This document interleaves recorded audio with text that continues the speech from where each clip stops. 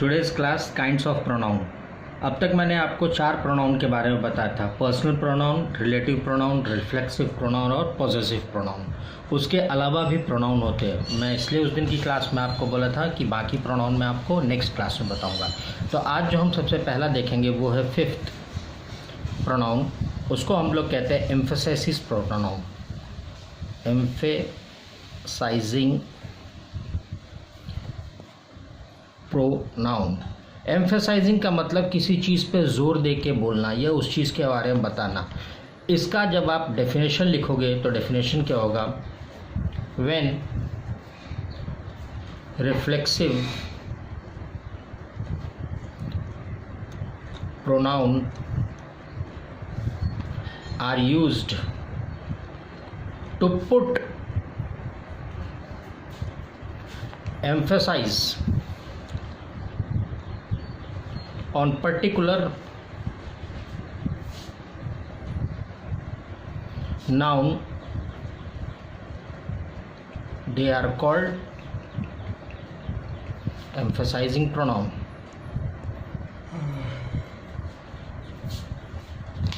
ठीक, इसका एग्जाम्पल आप देखिए। एम्फेसाइजिंग प्रोनाउन का जो एग्जाम्पल है क्या है? I myself saw him to do. ठीक, इसका प्रॉब्लम देखिएगा आप, एग्जाम्पल क्या है? शी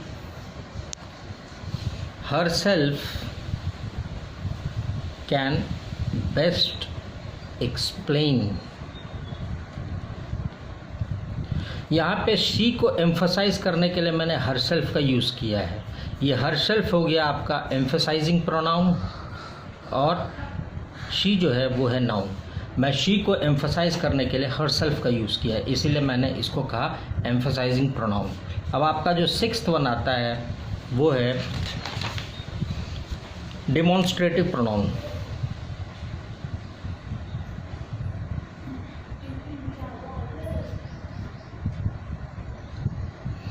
डिमॉन्स्ट्रेटिव प्रोनाउन जो होता है ये किसी चीज़ का डिमॉन्स्ट्रेशन, जैसे हम बोलते हैं ना कोई किसी का डिमॉन्स्ट्रेशन देता है। Pronoun that point specific thing, ये स्पेसिफिक थिंग्स को पॉइंट आउट करता है। सच एज, किसको करता है ये? This, that, these and those. इन 4 शब्द के साथ जब भी कोई सेंटेंस आता है तो हम उसे कहते हैं demonstrating pronoun. That is my house, example, that is my house. House यहाँ पे नाउन है और दैट उसके ऊपर जोर दे रहा है। दैट इज माई हाउस, वो मेरा घर है, यानी कि दैट यहाँ पे क्या है? डिमॉन्स्ट्रेट कर रहा है, आपको बता रहा है कि वो उसका घर है।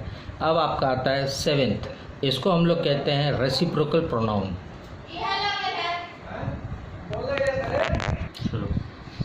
रेसिप्रोकल प्रोनाउन, रेसिप्रोकल का मतलब होता है एक के बाद एक, अपने आप में ही एक जैसा। इसको हम लोग कहते हैं रेसिप्रोकल प्रोनाउन। तो रेसिप्रोकल प्रोनाउन क्या होता है? This is used to indicate that 2 persons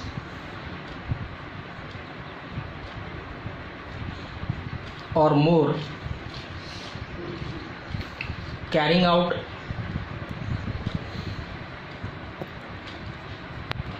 same action।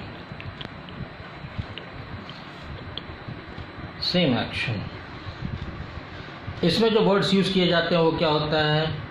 Other and one another.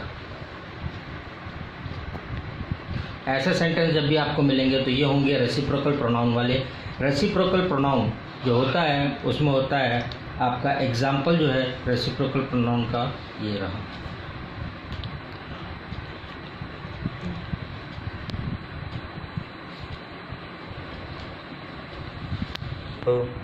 Either of you can do। यहाँ पे आइदर क्या हुआ? Any one another can do you, either मतलब आप में से कोई भी एक, तो इसको हम बोलते हैं either of you can do it. इसके बाद होता है आपका रेसिप्रोकल के बाद जो होता है वो होता है इंट्रोगेटिव प्रोनाउन। गेटिव प्रोनाउन, इंट्रोगेशन का मतलब ही होता है किसी से सवाल पूछना या कोई जानकारी प्राप्त करना। तो इस तरह से जब भी हम यूज़ करते हैं तो उसे कहते हैं हम इंट्रोगेटिव प्रोनाउन। इंट्रोगेटिव प्रोनाउन जो होते हैं वो होते हैं हु, व्हाट, विच। इनसे हम लोग क्या करते हैं, यूज्ड टू आस्क क्वेश्चन। आप इन शब्दों को लगा के किसी भी चीज़ को क्वेश्चन टैग में चेंज कर सकते हो। Who made the top score, example who made the top score. अब आपने क्या पूछा, सबसे ज़्यादा रन किसने बनाए हैं, तो ये क्या हो गया आपका टॉप स्कोर। आप किसी से कोई सवाल पूछ रहे हो, आपको नहीं मालूम है, तब आप वो चीज़ पूछ रहे हो, इसको हम कहते हैं who score the top score. अब नौवा जो आता है वो होता है आपका इंडेफिनिट प्रोनाउन। इंडेफिनिट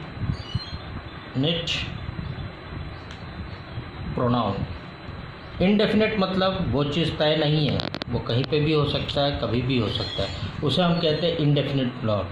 वन और मोर अनसस्पिशियस ऑब्जेक्ट, अनस्पेसिफाइड, ये अनस्पेसिफाइड